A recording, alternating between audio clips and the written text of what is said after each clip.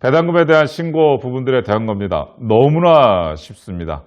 세무 신고 부분들에 대한 것을 할 수 있을 정도가 된다라고 하는 것은 오히려 보게 되면 여러분들께서 잘 하고 계신 겁니다. 오히려 지금 세무신고 보도는 많은 전문가부터 증권사에서 도움이 주는 그런 시스템이 너무나 잘 되어 있습니다. 여러분들께서 이 배당금을 여러분들의 통장으로서 마감시키는 것이 더 좋은 게 아닌가라고 생각합니다. 안녕하십니까. 반갑습니다. 중년 자산가 분들의 고민을 풀어보는 시사정보 유튜브 채널 YN타임즈를 시작하겠습니다. 오늘은 0% 금리 시대 미국 주식 배당금, 세금 신고 부분들을 가지고 말씀드리도록 하겠습니다. 지난 시간에 제가 이런 물레방아로 해서 배당금에 대한 것을 받을 수 있는 플랜이 있습니다 라고 말씀을 드렸었죠. 지난번 부분들에 대한 거 모르면 물려줄 게 없다 편에서 말씀드렸었습니다. 이런 물레방아를 가지고선 그때 말씀드렸을 적에 9월 14일 날, 그죠? 불과 한 달 전쯤이었었죠. 그래서 9월 14일 날 저희가 이거를 가지고선 배당금 부분들에 대한 거를 받기 위한 플랜으로서 9월 14일 날 통장을 개설했었고요. 그 부분들에 대한 거를 가지고 해보니까 불과 한 열흘 뒤에 3.63달러가 입금이 된 거를 말씀을 드린 적이 있었습니다. 그런데 그 이후에 정말 놀라운 월 배당 부분들에 대한 것이 들어온 것이 나와 있습니다. 그 부분 보게 되면 이렇게 많이 들어왔습니다. 실로 놀랍지 않습니까? S&P 500 지수가 우리나라 시가총액의 23배 된다고 그날 말씀드렸었죠. 정말 놀라운 것 같아요.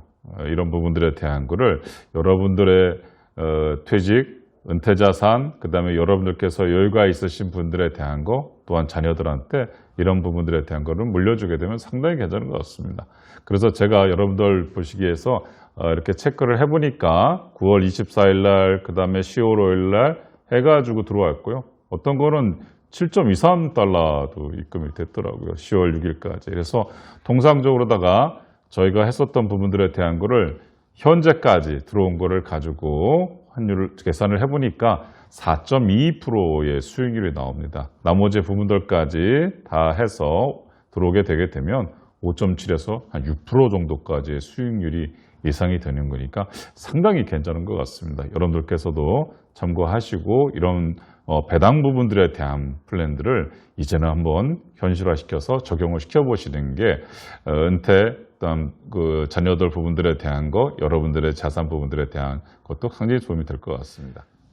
투자 전에 문의가 들어오는 것 중에 하나가 있는 게 뭐냐면 배당을 받으면 세금이 어떻게 되냐라고 하는 것이 투자 전에 물어오시는 분이 계셨습니다. 그래서 배당에 대한 소득세율 부분들에 대한 것을 간략하게 먼저 깔끔하게 말씀을 드리도록 그렇게 하겠습니다.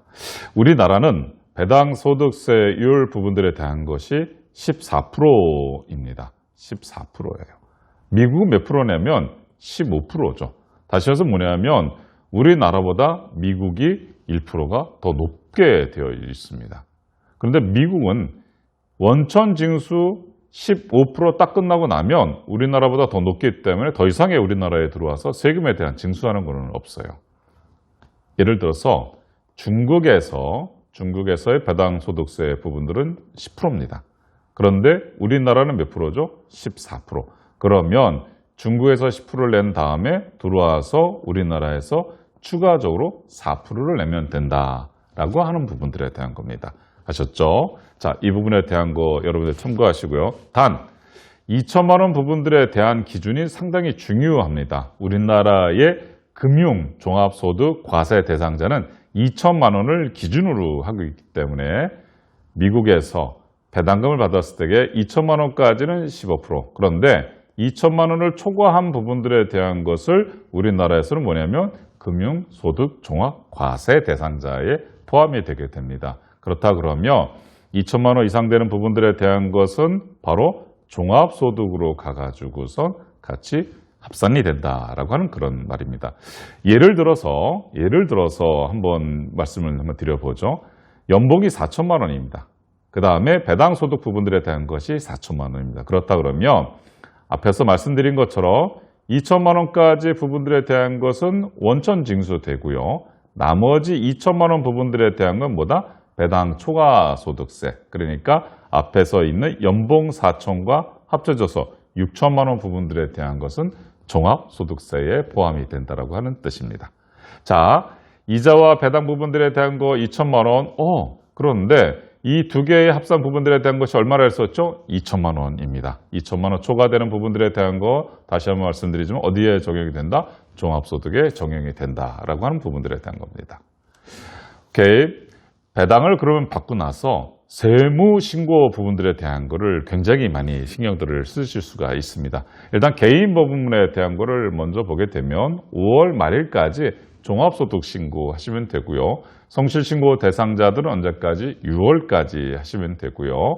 법인 부분들에 대한 것은 3월 법인세 신고 부분들에 대해서 법인에서도 투자를 하고 법인에서도 배당을 받은 게 있다 그러면 법인 수령 시 이 부분들에 대한 건 신고하시면 됩니다.